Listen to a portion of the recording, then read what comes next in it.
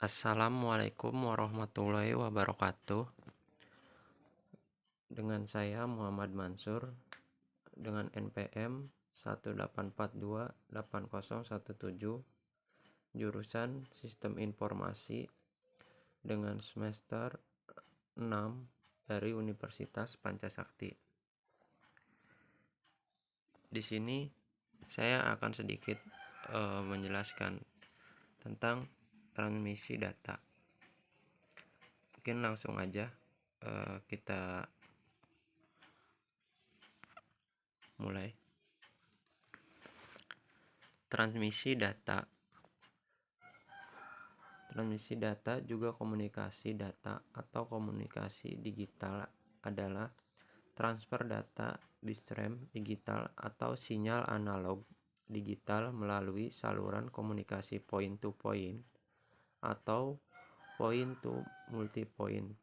Contoh saluran tersebut antara lain kabel tembaga, serat optik, saluran komunikasi nirkabel, media penyimpanan, dan bus komputer. Data direpresentasikan dengan sinyal-sinyal elektromagnetik seperti tegangan listrik, gelombang radio, gelombang mikro, sinyal inframerah. Konsep dan terminologi. Yang pertama, derailing digunakan untuk menunjukkan jalur transmisi antara dua perangkat di mana sinyal dirambatkan secara langsung dari transmitter menuju receiver tanpa melalui peralatan perantara. Berbeda dengan amplifier atau reverter yang digunakan untuk meningkatkan kekuatan sinyal. Point to point jika ia menyediakan link langsung di antara dua perangkat dan membagi media yang sama. Multipoint lebih dari dua perangkat. Membagi media yang sama, sebuah transmisi dapat berupa simplex, X type, TP, help, duplex, X, WQ, telki, atau full duplex, X. Telepon. Pengertian lebih lanjut tentang duplex. Frekuensi, spektrum, dan bandwidth. Frekuensi adalah kecepatan dalam hertz Hz di mana sinyal berulang-ulang. Spektrum, sebuah sinyal adalah rentang frekuensi di mana spektrum berada. Bandwidth mutlak dari suatu sinyal adalah lebar spektrum. Bagaimanapun juga, sebagian besar energi dalam sinyal ditempatkan pada suatu band pita frekuensi yang relatif sempit. Band ini disebut sebagai bandwidth efektif atau hanya bandwidth. Sinyal dapat diperlihatkan dalam bentuk dua fungsi, yaitu konsep time domain, konsep frekuensi domain. Konsep time domain, sinyal ST dapat disebut sebagai sinyal continuous signal jika untuk setiap A berlaku. Sinyal dapat disebut sebagai sinyal discrete signal jika hanya memiliki beberapa nilai tertentu. Finite plus. Nah, di sini kita bisa lihat sinyal. Selanjutnya, 3 karakteristik penting dari sinyal periodik. Amplitudo A adalah besar sinyal dapat saat tertentu, di mana untuk sinyal listrik atau elektromagnetik satunya adalah volt. F frekuensi adalah jumlah pengulangan dari periode per detik dengan satuannya Hz. Fase di mana adalah ukuran posisi relatif dalam waktu selama atau periode sinyal. Konsep frekuensi domain. Yang pertama, sinyal biasanya terdiri dari banyak frekuensi. Komponennya adalah gelombang sinus. Dapat ditunjukkan analisa Fourier bahwa semua sinyal terdiri dari komponen gelombang sinus dapat merencanakan fungsi dari frekuensi domain.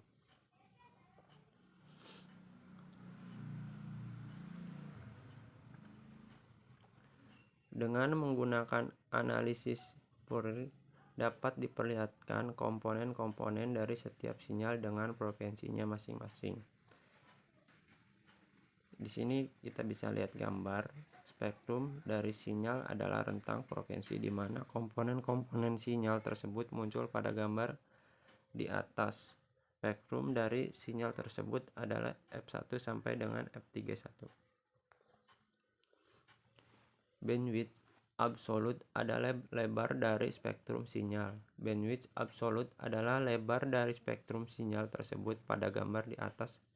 Bandwidth absolut dari sinyal tersebut adalah 2f1. Pada gambar di atas dapat dilihat sebuah sinyal kotak pada frekuensi domain. Bandwidth absolut dari sinyal seperti ini adalah tak terhingga. Namun sebagian besar kekuatan sinyal tersebut berada pada bandwidth yang sempit.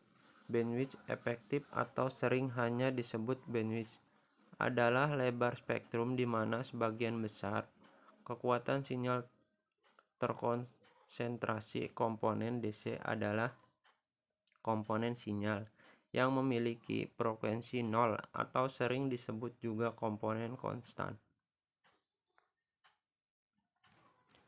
Di sini ada transmisi data dan analog. Data analog menerima nilai yang kontinu pada beberapa interval. Sebagai contoh, suara dan video mengubah pola-pola intensitas secara kontinu. Sebagian besar data yang dikumpulkan oleh sensor seperti suhu dan tekanan nilai secara kontinu. Data digital menerima nilai-nilai diskrit, contohnya teks dan bilangan bulat. Contoh yang paling mudah dari data analog adalah audio, yang dalam bentuk gelombang suara akustik dapat dirasakan manusia secara langsung. Contoh umum lainnya mengenai data analog adalah video.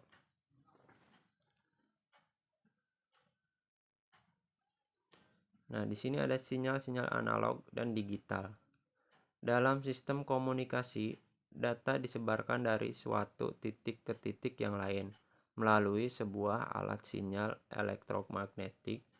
Sinyal analog adalah gelombang elektromagnetik yang senantiasa bervariasi yang mungkin disebarkan melalui berbagai macam media, bergantung pada spektrum.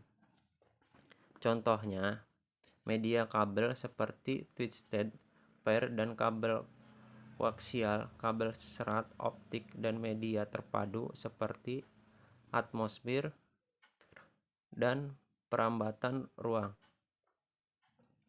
Sinyal digital adalah rangkaian pulsa tegangan yang mungkin ditransmisikan melalui media kabel.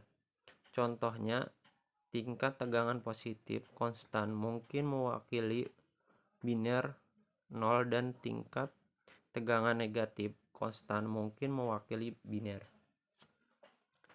Keuntungan dari pensinyalan digital adalah lebih murah dibandingkan pensinyalan analog dan tidak perlu rentan terhadap gangguan noise. Kerugian utama adalah sinyal digital mengalami atenuasi lebih banyak dibandingkan sinyal analog.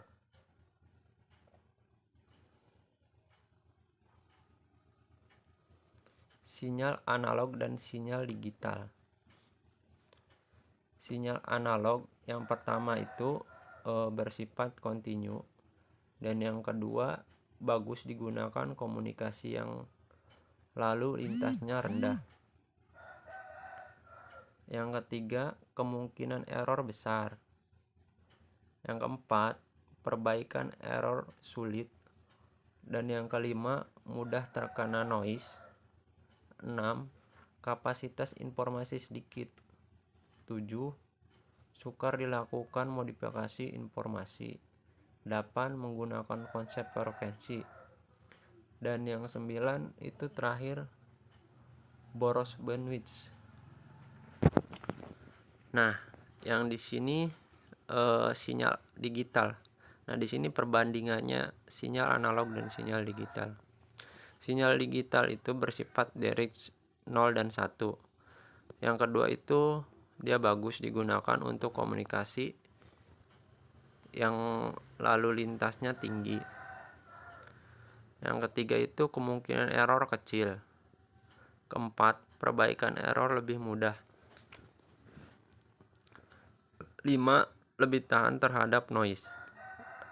Dan yang keenam itu kapasitas informasi lebih besar. 7. Lebih mudah dilakukan modifikasi informasi. 8. Menggunakan konsep biner atau bit. 9. Lebih hemat bandwidth. Nah, ini perbandingan sinyal analog dan sinyal digital. Sangat menguntungkan ya sinyal digital. Mungkin itu saja yang bisa saya sampaikan.